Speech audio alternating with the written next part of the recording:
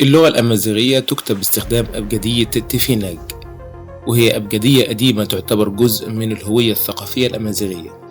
تتكون حروف تيفيناغ من رموز مميزة تستخدم لكتابة اللغة الأمازيغية في دول شمال إفريقيا زي المغرب والجزائر وليبيا وتونس.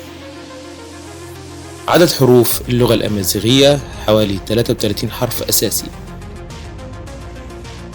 تيفيناغ أصبحت الأبجدية الرسمية لكتابة الأمازيغية في المغرب منذ عام 2003 بعد اعتمادها من طرف المعهد الملكي للثقافة الأمازيغية.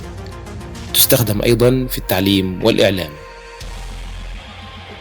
يمكن كتابة الأمازيغية باستخدام الأبجدية العربية أو اللاتينية في بعض الحالات، لكن تيفيناغ هي الأبجدية الأكثر تمثيلا لهوية الأمازيغ. إليكم حروف تيفيناغ مع الحرف المماثل لها باستخدام الحروف العربية.